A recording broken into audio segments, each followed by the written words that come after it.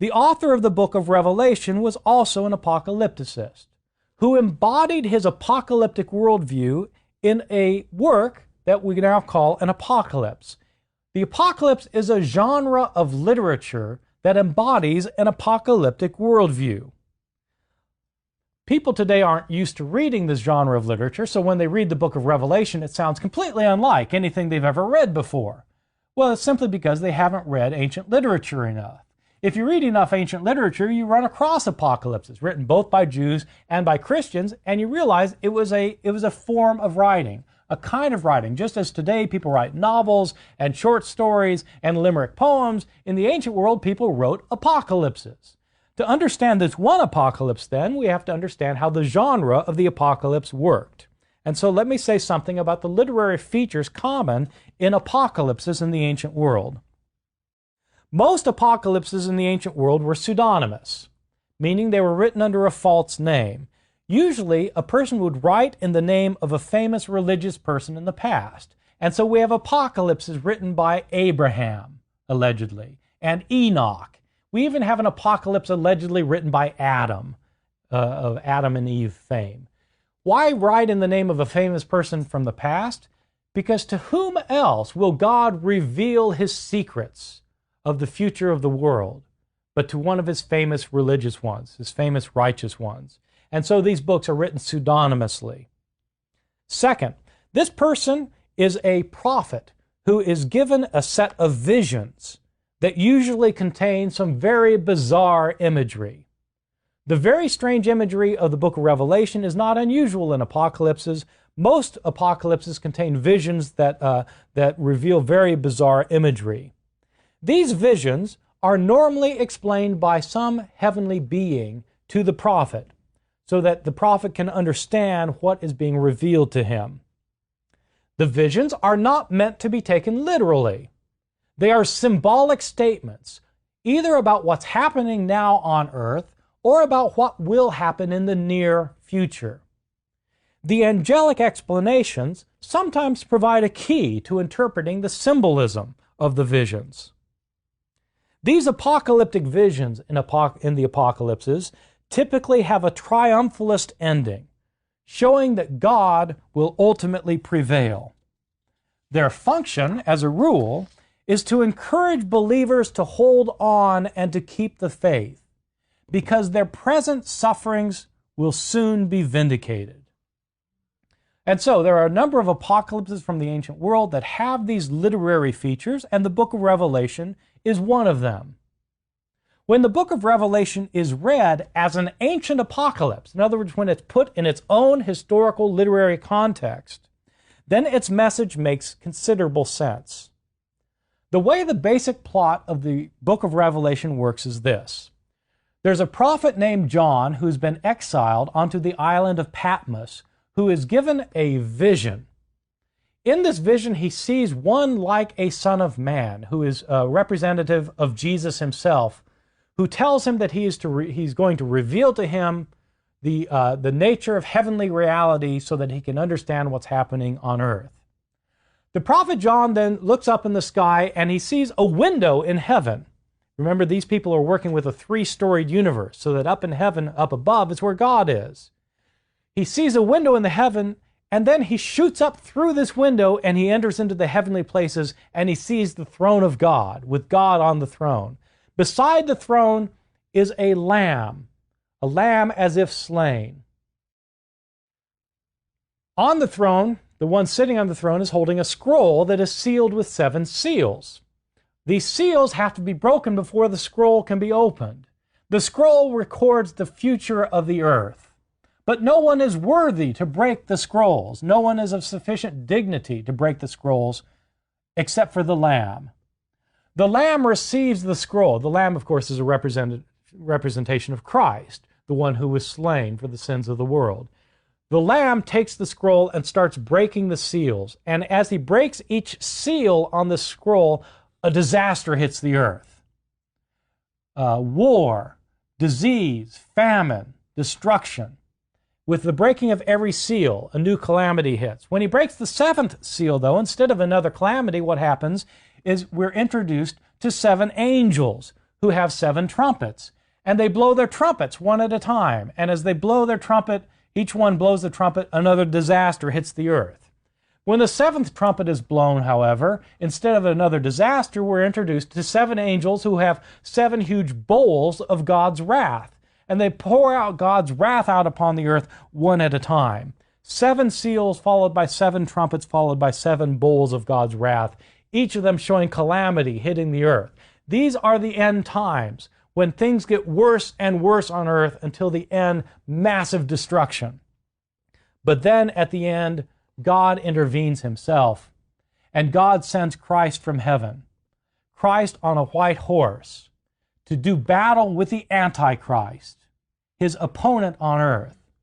Christ wins the battle gloriously, and then we have the beginning of a millennial age, a utopian world of 1,000 years in which righteousness reigns on the earth, after which there's a resurrection of the dead, and God then creates a new heavens and a new earth, where there'll be no more sin, there'll be no more suffering, there'll be no more war, there'll be no more hunger, there'll be no more disease, there'll be no more loneliness, there'll be no more pain of any kind. There'll only be good, as God rules the earth in his righteousness, so that the righteous followers of God are given an eternal reward. This then is the book of Revelation. The mistake is to take this book and its imagery as referring to things that are yet to happen in our own world. In fact, the symbolism of the book of Revelation, as it is explained to John the prophet by the angelic mediator, the symbolism is clearly referring to events transpiring in John's own day. This is a book that is written in the 1st century, probably at the end of the 1st century, maybe around the year 90 or 95, and it's written to deal with events that had transpired in the 1st century, and it's giving a symbolic vision of how this prophet is understanding his own world, not the world to come in our own future. Let me give you an example of how this works, of how the symbolism works, by actually giving 2 examples to show that this book is best understood as, in fact, referring to events transpiring in the prophet's own day. The first passage that I want to look at has to do with the famous whore of Babylon from chapter 17. One of the 7 angels who had one of the 7 bowls of God's wrath appears to the prophet John, and he says, chapter 17, verse 1, "Come, I will show you the judgment of the great whore, who is seated on many waters, with whom the kings of the earth have committed fornication, and with the wine of whose fornication the inhabitants of the earth have become drunk." Okay, so there's a whore, and the kings of the earth have committed fornication with this whore.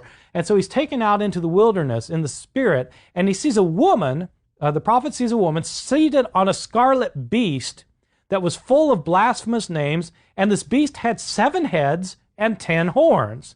The woman is clothed in purple and scarlet. She's adorned with gold and jewels and pearls, and she holds in her hand a cup full of abominations and the impurities of her fornication. This is a very strange vision. On her head is written a name, a mystery. The name is Babylon the Great, mother of whores and of earth's abominations. And I saw that the woman was drunk with the blood of the saints and the blood of the witnesses of Jesus. What in the world is this? Is this something that's yet to happen in our own future? Well, the angel indicates who this whore is, and anybody who understands about the 1st century knows quite clearly who this whore represents. The angel says, this calls for a mind that has wisdom. The 7 heads of the beast on which the whore is seated are 7 mountains. 7 mountains. The 10 horns are 10 kings that have not yet received a kingdom, but are to receive a kingdom as authority as kings for 1 hour together with the beast. They're united in yielding their power and authority to the beast. He goes on to explain then at the end who the woman is. It's a woman who's seated on a beast with 7 heads. The 7 heads represent 7 mountains. The woman you saw is the great city that rules over the kings of the earth. The Whore of Babylon represents a city seated on 7 hills. What is the city built on 7 hills? Well, as any student of antiquity knows, that's the city of Rome. Rome, the city built on 7 hills. Rome, the city that had conquered the world. Rome, the city to whom the kings of the earth were subservient. Rome, the city that had persecuted the Christians. This is a vision not of our own future, it's a vision of Rome in the time of the prophet, who's understood to be a whore that has committed abominations with the other nations of the earth and has persecuted the Christians. A whore that is going to be dethroned from her seat, who's going to be destroyed when God intervenes for his name and sets up his good kingdom on earth. Give you a second example of how this book is referring to events of its own day. Revelation chapter 13 is the famous passage of the rise of the Antichrist, who is a beast that rises out of the sea with 7 heads, 10 horns and 7 heads. Well, that sounds familiar. That's where you're going to get that 17. So you think, well, this beast is Rome again. In fact, this beast is called the Antichrist. It blasphemes against God, and it makes war on the saints and conquers them. But then we're told an interesting passage, the number of the beast. Let anyone understand who can read. The number of the beast is the number of a person. Its number is 666. 666, the number of the beast. What is this referring to? Well, people have written all sorts of books trying to argue who 666 refers to. When I was in college, there was a book written to try to show that the Pope was 666. And another book was written to try to show that Henry Kissinger was 666. All sorts of theories. Well, let me tell you the theory that most biblical scholars hold to. Parts of the book of Revelation were written some over a long period of time. The emperor of Rome who first persecuted the Christians was the Emperor Nero. When you spell the name Caesar Nero in Hebrew letters, each Hebrew letter has a numerical equivalent. Aleph equals 1, Bet equals 2, etc. When you add up the letters of the name Caesar Nero, it adds up to 666.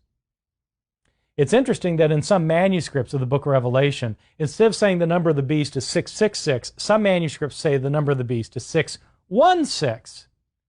You can spell Caesar Nero's name 2 ways. One way with a final noon on the end of Nero, one without. Without the final noon, the name Nero adds up to 616. This author is not talking about somebody in our own future. He's talking about Rome and its emperors. The Antichrist, the opponent of Christ, was the Emperor Nero. The point of this book of Revelation is that people that were reading it, its audience, were experiencing hardship and persecution, and this book is telling them that they need to hold on a little while longer because God is soon going to intervene in history to overthrow the forces of evil as represented by the Roman Empire and bring his good eternal kingdom to earth. In sum, the book of Revelation was a book for its own time, and it should not be ripped out of its own historical context and made to speak about something that its author did not have in mind at all, our own future here at the beginning of the 21st century, some 1900 years after the book itself was composed.